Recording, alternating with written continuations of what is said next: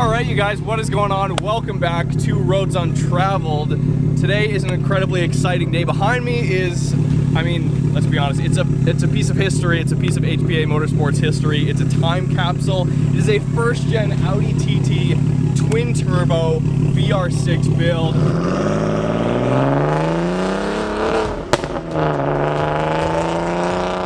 Let's go for a drive.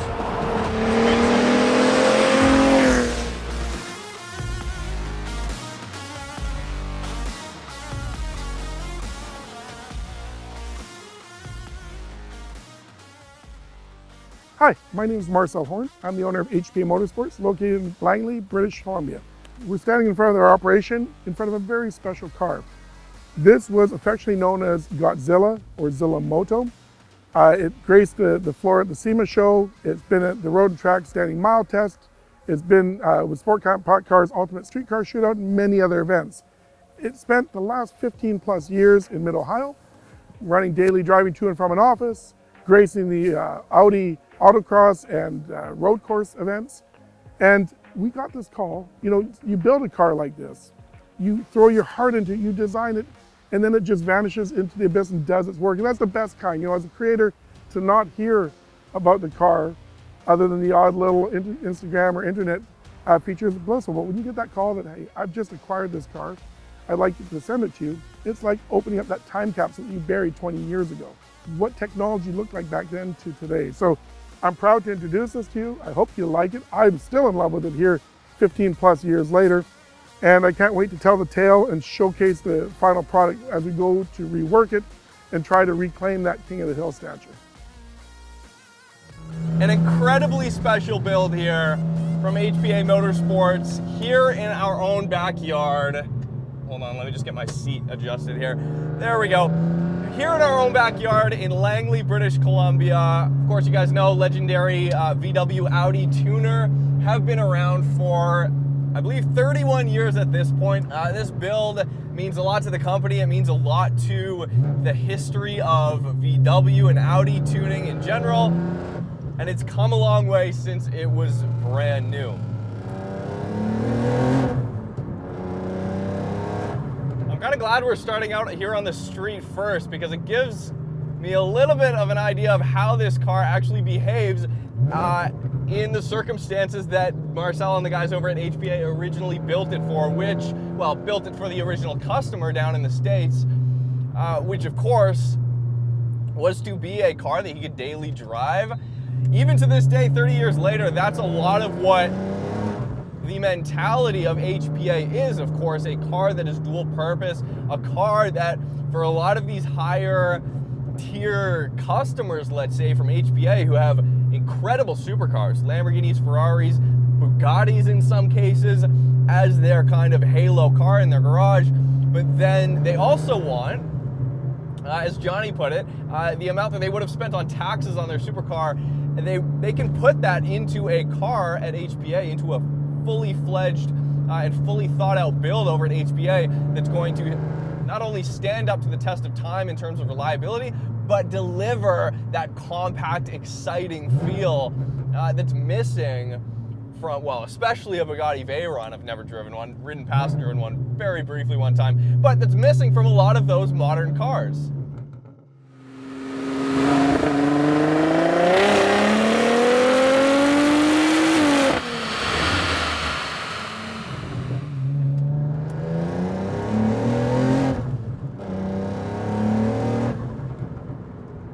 Twin-turbo VR6 as opposed to a few of HPA's more modern single-turbo builds.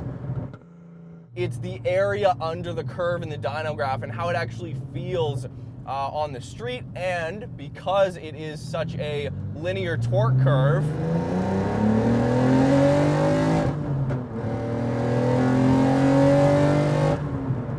how that translates to the track, my oh my. Brake pedal is incredibly firm here. We've got some kind of 6-piston Porsche brakes up front. I'm going to assume because of the time period, they're likely 996 turbo brakes. That's my guess.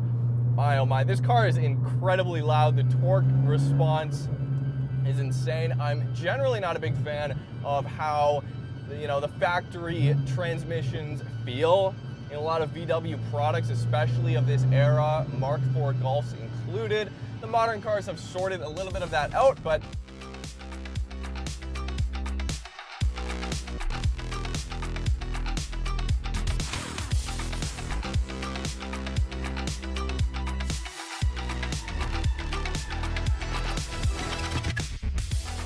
if I look back to the 90s, you know, we built in the late 90s to mid 2000s, we built 44 twin turbo all-wheel drive Beetles.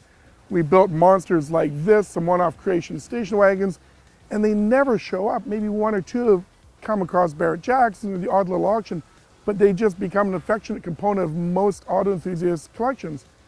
Picture my surprise when I get this phone call. They're looking to purchase a TT, a twin turbo from this era. It didn't take me long to figure out by the description what it was. And the challenge thrown down at our feet.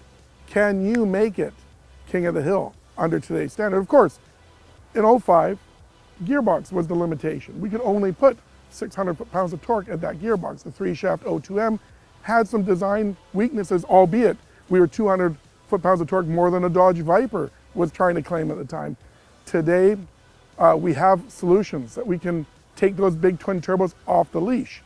We have updated concepts in fuel management, all still working within the OEM structures, but as the technology in your cell phone has changed, so has the programming capability. So we're looking forward to putting new skins under this, freshening up the KWs, updating the braking technology, and getting this thing equipped with today's gearbox conversion, which is our MQ. It's a TTRS gearbox that's going to be fused into this VR6 engine bay, and then getting her up on the rolling road on our Superflow and just seeing where we can bring the power and the performance. I'll walk you over to the interior in a minute, but if you look inside the cabin, ironically, inspiration came from the Jeep YJ and TJ at the time, where they wrapped the roll cages. The ALMS leather seemed to be a perfect starting, jumping off point.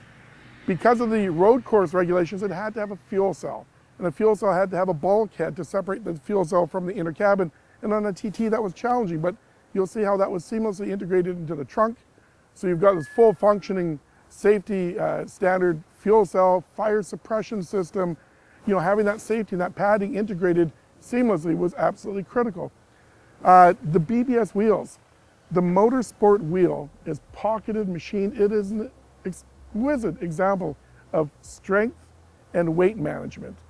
KW, this was probably the very first iteration of a club sport, motorsport crossover kit, a kit that had a hardened piston rod to take the abuse of sand and debris on daily driving for durability, and yet had the valving range and reach to control the racing springs, and the camber, integrated camber kit with the steering bearings. They were so ahead of their time when I think back 15 years ago, but this car corners like a modern day supercar here 15 years later. So it doesn't feel like this actually has power steering. If it doesn't have power steering, if these didn't come factory with power steering, my oh my, it doesn't need it. It feels phenomenal. Way better steering than I was expecting. Heavy, lots of feel. Little bit of a pain around the parking lot, but and just launches you out of the corner. Now it has to be said, this car has not been driven in a very long time. It was just trailered up here from the United States. Now 534 horsepower here, 515 pound-feet of torque. That's a huge increase. I mean, you're over doubling the horsepower here. And at the time, can it be said that this is basically the original TTRS? There was never a TTRS of the first generation, but at the time, it's the opposite of golf here.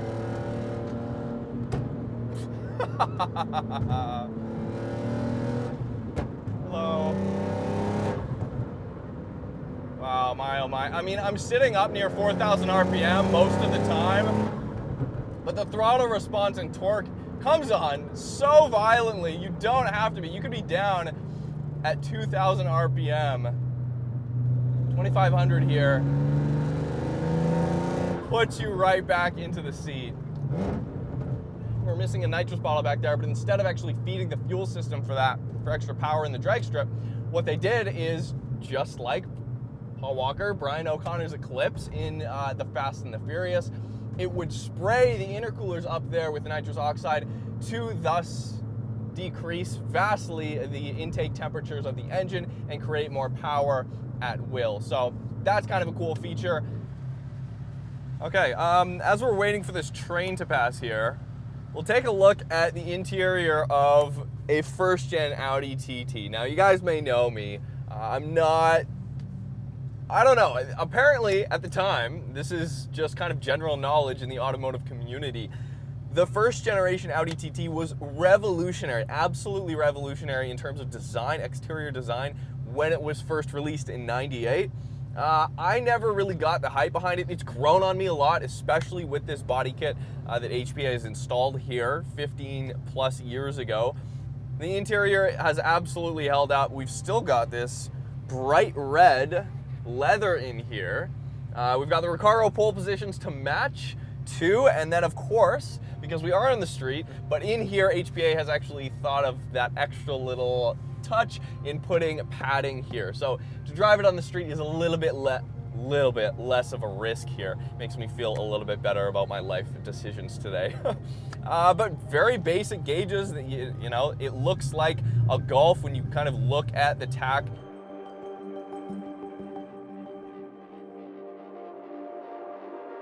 Back in the day, this vehicle participated in the standing mile test for Road and Track down on the Fresno Air Base. And what was most impressive, at the end of the standing mile, the G-forces that were still being applied to the driver. That's something that a supercharged car, an NA car just doesn't get. These twin turbos breathing, sucking in the high velocity air, being force fed, and delivering that through this gearbox and engine package was just inspiring. In fact, I would attribute a lot of our success to the inspiration gained by touting this vehicle around the West Coast and how many supercars it slayed, from standing mile performance, quarter mile performance, look, feel, and most importantly, the sound. Today, this is one of the most vicious, violent sounding experiences to drive. It's visceral when you get behind the wheel. Now, why is this important? Well, especially at the time before the turbo era of supercars came into effect and largely were still NA, although in this particular test, of course, the 05 4GT was brand new. Get this, you guys. Believe it or not, you can go look back at the magazine test at the time. This did a 12.2 second quarter mile. At the end of the full standing mile, this was doing 1 mile an hour faster than a 4GT, a factory 2005 4GT, which, yes, now in 2021, you're looking at spending $500,000 on one of those cars. It was 4 miles an hour faster than a Lamborghini Murcielago, however you want to pronounce it, which is quite ridiculous, being an NA 6.5 V12, and then faster still than a Dodge Viper SRT 10. Now, Hennessy was also there with their 1,000 horsepower twin turbo SRT 10 build as well, and that, you know, that pulled away for the competition quite quick, but nonetheless, pretty great fact there. Pretty phenomenal. So it does have a valve in the exhaust, which is great for a street car. Good for potentially using the car on tracks that also have a decibel limit, so there's that too. Full loud mode for the VR6. I mean, on idle, this car sounds like some kind of V8. It's got a very lumpy idle to it. It sounds like a hot rod. It doesn't sound, it does not sound like the hum, the traditional hum of a factory exhaust on a VR6. When this Generation 1 TT was launched in Europe, all the headline news were they were flying off the Autobahn. Made Audi go crazy with their ESP and ABS structure and pop-up wings and velocity. So we took aero very seriously. We needed downforce. Some people have asked us, what is the Fast and Furious hood scoop doing on there? It was function. We needed, at the power we were making with these twin turbos, we needed to get that heat, push down the firewall, and vacate the premise. At speed, at the Fresno Air Base, at speed on the Mid-Ohio racetracks, when those turbos are going in there at 1200 Fahrenheit, this scoop took enough air, took it down the firewall, and exited the back of the car. You get 120,000 BTUs at the back end with ease when you're being able to pressurize that engine bay. So some people love it, some people hate it, but the engineering team and the owner who kept that reliability for all these years understood it. It is not, yes, thank the Lord, it is not front-wheel drive until it needs power to the rear. It is a full-time all-wheel drive system. A little bit ahead of its time, if you ask me. KW suspension riding quite wonderfully at the moment around here. It is absolutely not, it's not daily driver material. It's streetable. It's streetable, which is, back roads, canyons, absolutely. Road trip, no, sorry. There's no, you can't fit golf clubs in the back. Still a little bit stiff here, but suspension keeps the car incredibly planted. Not much body roll at all. These cars were 4Motion, Gen 1 4Motion. This particular car was our pilot project when we worked with Haldex to develop the HPA competition controller. It allowed the car to stay in four-wheel drive under braking, under throttle lift, give great torque delivery on immediate action off the apex, where the factory was a helper system. A Gen 1 4Motion R32 or TT or 2.8 4Motion Jetta was just a helper, always front-wheel drive, always defaulted to front-wheel drive on braking, always defaulted to front-wheel drive on throttle lift, which when you've got 600 foot-pounds of torque loading that back axle, always created heavy understeer. So this Haldex at the time, it had a Pelican differential put in to give it a posi action at the back end. You could really drift oversteer the back end. It had this controller that linked the driver's intent with the delivery on the pavement. Having said those numbers with the 4GT and the Murci and stuff, it is still a very well-rounded car here. It's still very streetable. It is not the lag monster that I was expecting.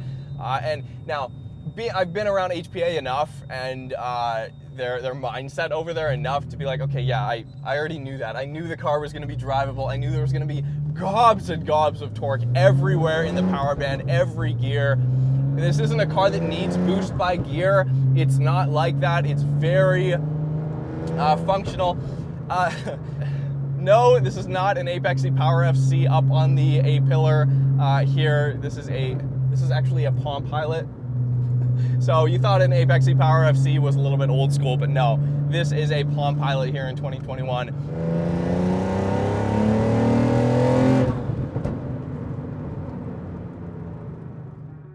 You're going to notice on the driver's side A-pillar, our old VAD Pro, our VAD mobile diagnostics tool, it was Palm Pilot based. Still strapped in, still ready to give the driver live data streaming, but there's something new. If you hadn't already subscribed to VAD Pro on Facebook or Instagram, hunt up the tag GoVADPro, VADPRO.com. You might be excited as what's coming down the pipeline.